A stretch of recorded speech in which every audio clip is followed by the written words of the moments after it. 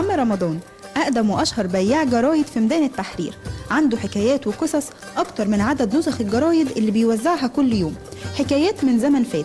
وعشان تستمتع بالحكايات دي لازم تسمعها من عم رمضان شخصيا. ببيع جرايد بقالي 50 سنة، بدأت من صغري في ميدان التحرير، موقف 8 و16 الأتوبيس قدام المجمع. ميدان التحرير اتغير علينا أكتر من 15 مرة، تمثال في النص، موقف الأتوبيس قدام المجمع، موقف 500 عند هيلتون. زمان كانوا 4 جرايد، وبعدين دخل علينا الوفد، وكان الجرنان الشعب، وكان جرنان الأهالي معارضة، كان الأهالي وكان جرنان الشعب.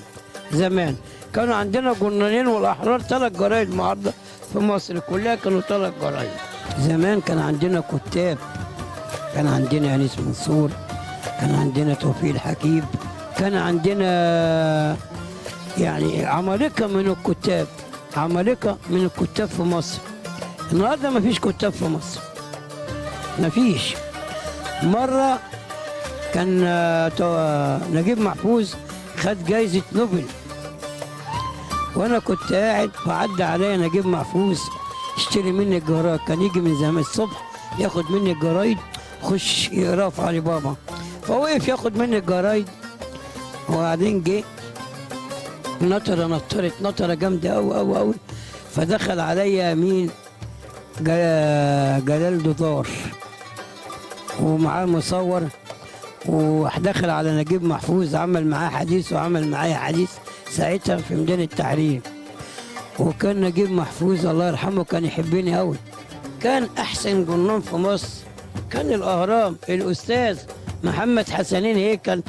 كنا ناخد الأهرام ونقف في ميدان التحرير ونقول ايه اقرا أهرام محمد حسنين هيكل. وبصراحة فين محمد حسنين هيكل؟ ربنا يديله الصحة، بعنا وادانا مجد مش هنشوفه النهارده. أكترية رؤساء التحرير اللي كانوا كلهم صغيرين النهارده كبروا، واللي بقى في الفضائيات واللي بقى ربنا يكرمهم. وعلى فكرة أنا بفرح لما بشوفهم.